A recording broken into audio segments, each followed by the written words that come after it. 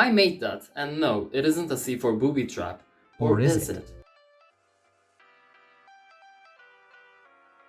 Today is a big day in humanity's history. From the invention of the light bulb to the day that Steve Jobs introduced the first iPhone, the human race made rapid advancements. But ever since Steve died, we haven't been doing anything notable. That ends today because, ladies and gentlemen, and the non-binary, I present to you the Moaning Door. I got this idea from a Michael Reeves video. Make a door that moans when you open it. See, I get it. It's funny because it moans. You deserve the death sentence.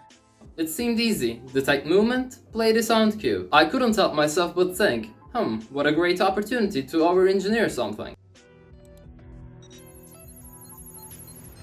Now we wait. Any sane person would have a bunch of simple code on an Arduino or a Raspberry Pi or heck, a microcontroller, solder the thing to a mini speaker or connect to one via Bluetooth and they'd be done.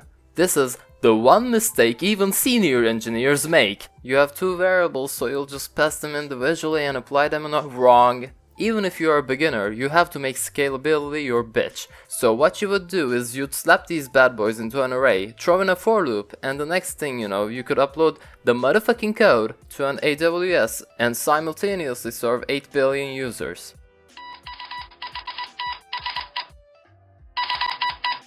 So the way mine works is I have a Python HTTP server running on my desktop. I didn't have a controller board lying around, so I used my old smartphone.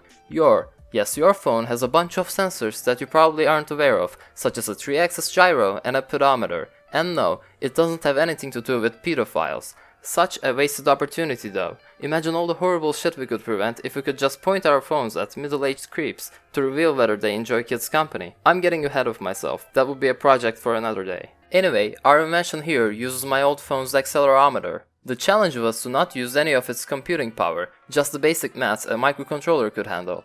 So all it had to do was to read the sensor values and report them to the server. To pass those, I needed to develop an Android app. Let me take you on a journey. The journey of an Android developer.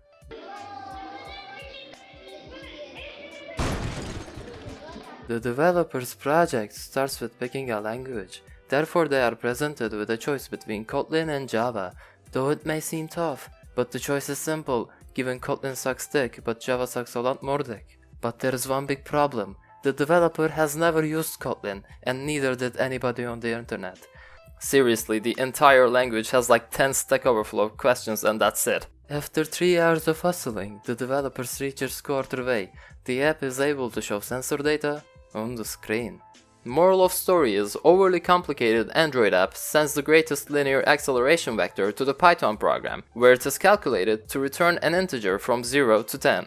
I know what y'all are probably asking. Wicked, you stupid fuck, that's just the linear acceleration on one axis, but the door movement is rotational, so you should have used the gyro along with the accelerometer with the gravity vector deducted from it. And to that I say, door, hinge, perfect circle, 2pr, divide by time, put 2r, get result 2, 2r equal to speed, multiply the final vector, get same result, monkey.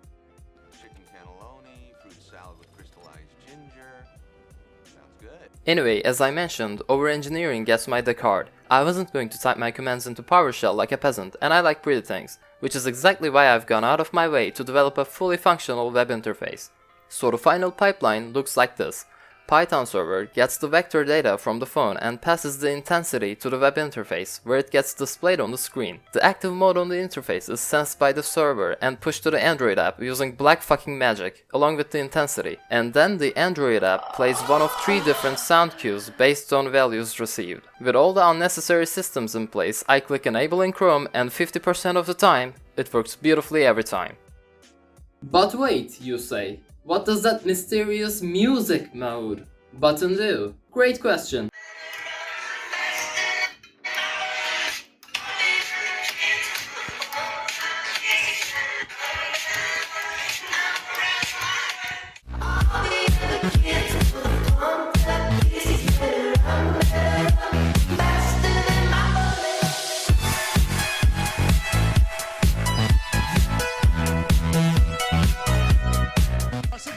Oh no!